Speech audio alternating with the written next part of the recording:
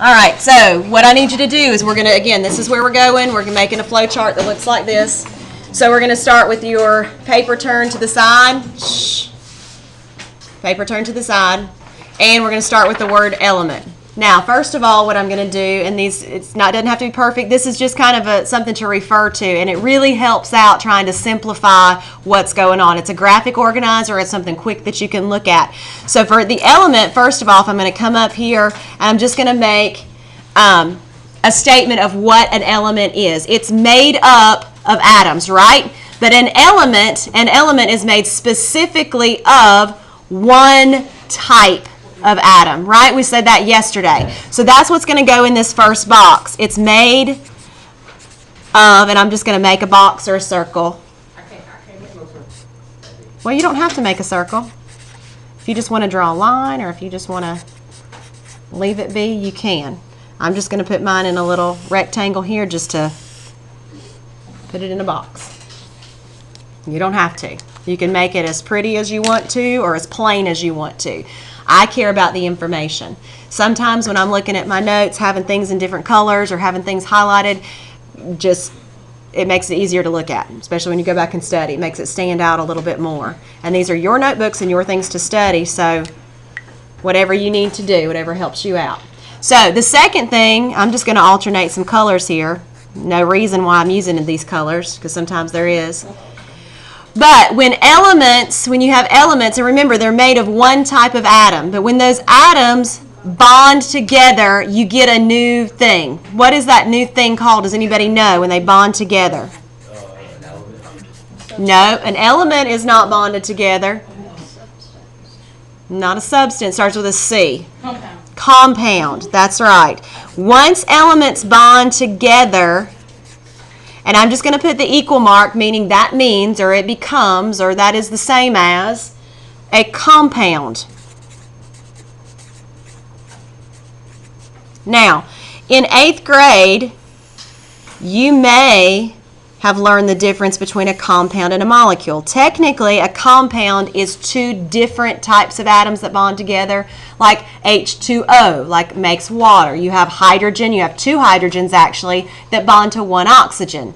NaCl, which is sodium chloride, which is salt. So you got a sodium atom bonded to a chlorine atom, and those make compounds. Sometimes you can have something like O2, like the oxygen in the air is O2. It's two oxygen molecules bonded together. And that is really a molecule, or two oxygen atoms bonded together to give you a molecule. But when you get into upper level sciences, most of the times they'll say compounds and the word molecule as kind of synonyms of each other. There's a slight difference, but technically when they bond together, especially if they're different, they would become compounds. Okay? So, and there's not much difference otherwise than that. So now we're going to look at what if we change parts of this element. So the very first thing I want you to think of is if I change the number of protons. Think about that. You've got your periodic table out. I want you to tell me what element has 6 protons? Carbon. What if I change that number of protons? What if I make it have 7 protons? What do I have? It'll change the what's the name? It changes to? Carbon dioxide. No, it doesn't. It changes to nitrogen. Well, it doesn't. That doesn't exist because those two things can't bond together. They can't bond together. So if I change, yeah, carbon dioxide works. You're right. Now listen, this is important. If I change, and I'm going to use my abbreviations because we've already written these things down. If I change the number of protons, so I'm going to use those quick abbreviations. I'm changing the number of protons. That's going to equal a totally different element, okay? So I'm going to put totally different element. The number of protons is the identity of that atom, of that element. So its number is the number of protons. So if I said, what element has 33 protons? What element has 33 protons? Arsenic, right? What element has 12 protons? Magnesium. Magnesium. What element has 27 protons? Cobalt. What atom has 13 protons? Aluminum. Aluminum. What atom has 2 protons? 2. Helium, right? Which one has 16 protons?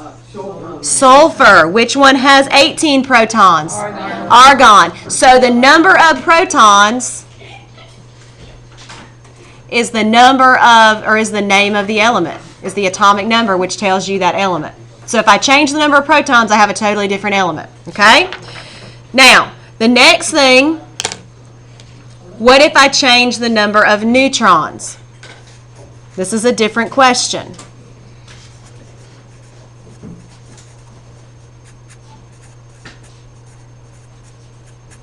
So I have an element, and I'm going to change the number of neutrons. That's an interesting question. We have a fancy word for that. It's going to actually stay the same element. Okay, so it'll stay the same element.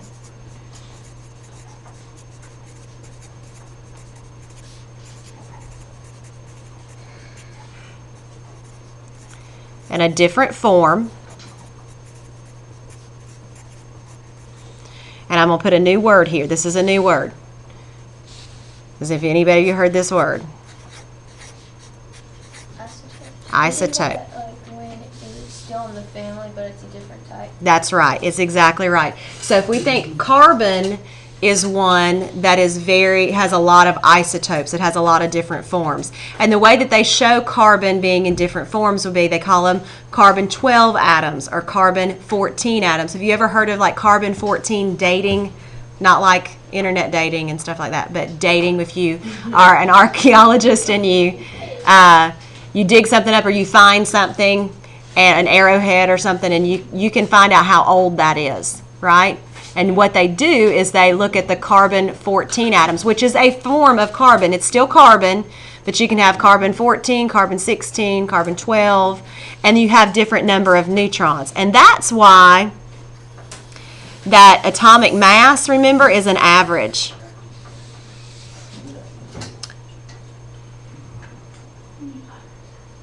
Move. Move. All right? So you've got different forms. It's the same element, but it's a different form. And then the last thing that we can change, we've talked about protons and neutrons, so the last thing that we can change is, what if we change the number of electrons, right?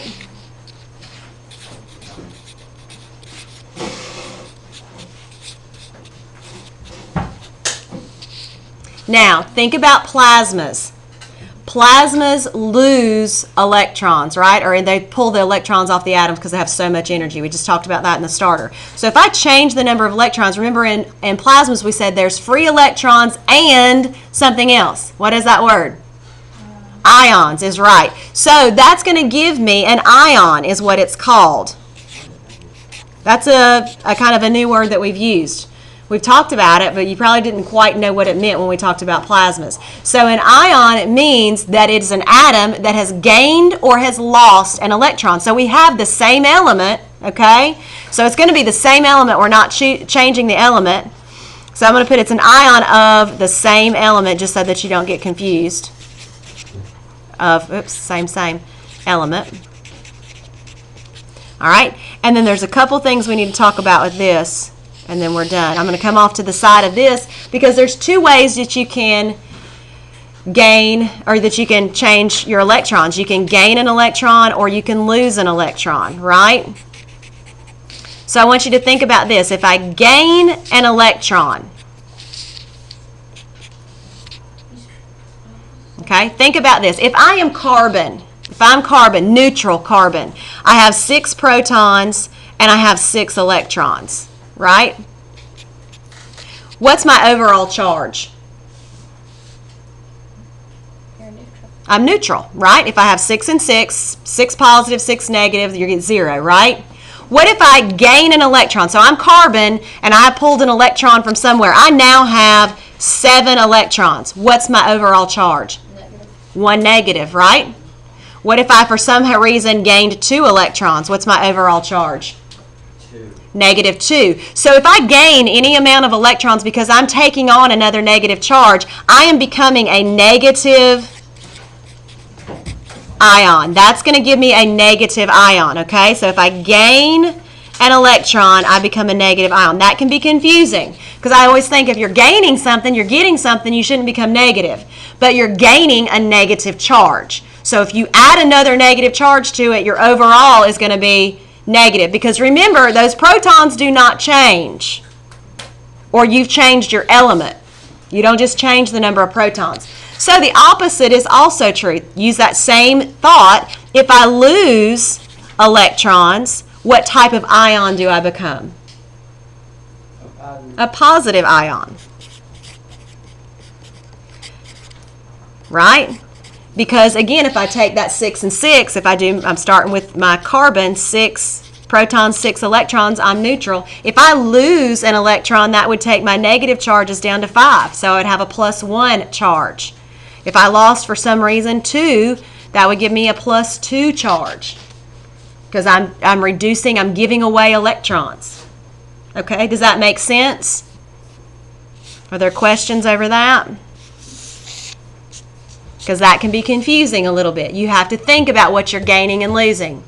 If you're gaining a negative charge, you're going to become overall negative. If you're losing a negative charge, you're going to become more positive. Right? Maybe? I don't know.